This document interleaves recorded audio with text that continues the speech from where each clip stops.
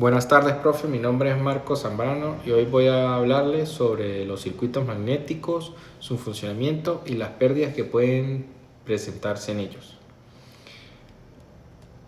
¿Qué es un circuito magnético? Un circuito magnético es un camino cerrado por donde circula el flujo magnético, de manera parecida a como la corriente eléctrica circula por un circuito eléctrico. En estos circuitos se usan materiales como el hierro o el acero que permiten que el flujo magnético se mueva con facilidad. Circuito magnético ideal con excitación constante.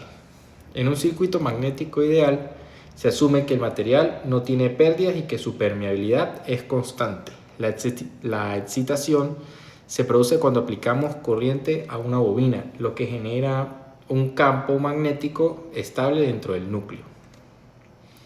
Reluctancia y permanencia. La reluctancia es la oposición que ofrece el material al paso del flujo magnético y la permanencia es su facilidad para conducirlo. Son equivalentes a la resistencia y conductancia en los circuitos eléctricos. A menor reluctancia, más fácil fluye el magnetismo.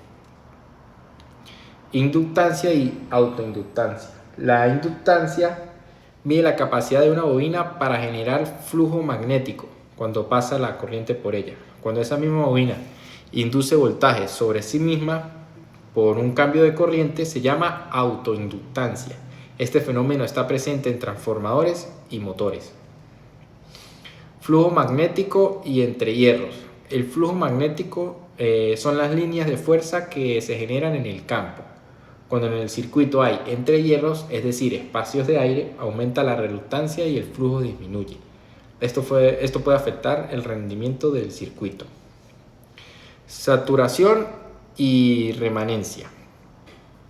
La saturación ocurre cuando el material ya no puede aumentar su magnetización, aunque se incremente la corriente. La remanencia es el magnetismo que queda en el material después de retirar la corriente. Ambos fenómenos son importantes en el diseño de núcleos magnéticos. Flujo y reactancia de dispersión. No todo el flujo magnético se cierra dentro del núcleo, una parte se dispersa fuera. A esto se le llama flujo de dispersión y produce una reactancia de dispersión que puede generar pérdidas o caídas de voltaje, sobre todo en los transformadores. Imán permanente y estabilidad. Un imán permanente es un material que conserva su magnetismo sin energía externa. Su estabilidad depende del tipo de material y de la temperatura a la que esté expuesto. Por eso se usan materiales como ferrita o neodimio para aplicaciones estables. Energía del campo magnético y fuerza atractiva. El campo magnético almacena energía, la cual es proporcional a la intensidad del campo. Esa energía genera una fuerza atractiva que se utiliza en dispositivos como relés, motores o electroimanes. Pérdidas magnéticas. En los núcleos se producen tres tipos principales de pérdida. Histéresis, que es la energía que se pierde cada vez que el material se magnetiza y desmagnetiza. También las corrientes Foucault, que son pequeñas corrientes inducidas dentro del metal. La pérdida total es la suma de ambas y afecta la eficiencia. Reducción de pérdidas. Para reducir las pérdidas se utilizan láminas delgadas,